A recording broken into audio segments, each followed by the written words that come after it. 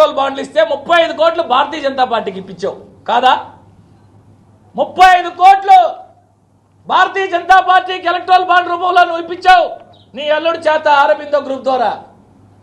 చాలా చాలా ఉన్నాయి ఇట్లాంటి గౌరవప్రదమైన ఆరోపణలు.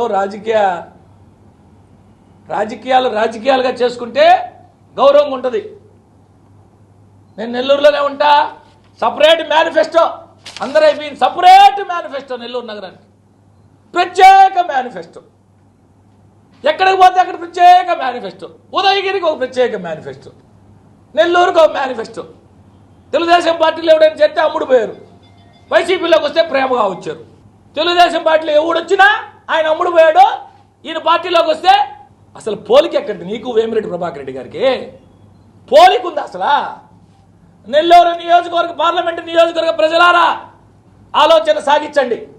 మీ స్నేహితులు, సన్నిహితులు, బంధువులు, తెలిసిన వారి ద్వారా విశాఖపట్నంలో మా సాయన్న చేసిన ఘన కార్యాల గురించి తెలుసుకోండి.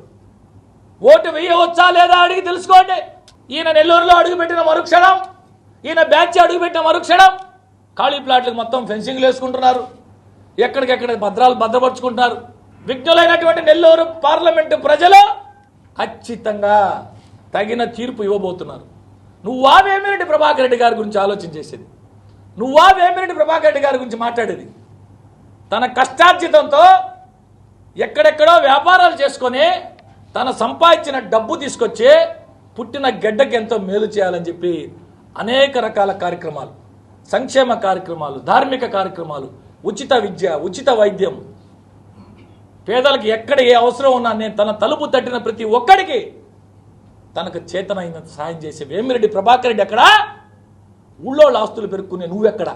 పోలికుందా అంటున్నా. అసలు పోలికుందా నీకు మా ప్రభాకర్కి? నిరుపేద అండి, 8 ఎకరాల నిరుపేద, 150 కోట్లతో విశాఖపట్నంలో బంగ్లా కడుతున్న నిరుపేద అయినా ప్రతి ఒక్కరికి తెలుసు. చాలా చాలా ఇది ట్రయల్ పార్ట్ మాత్రమే, ట్రయల్. ఇద్దరికి చెప్తున్నాం. ప్రసన్న కుమార్ రెడ్డి గారు, కొండపల్లి గురవైన గుర్తుపెట్టుకో. సాయన్న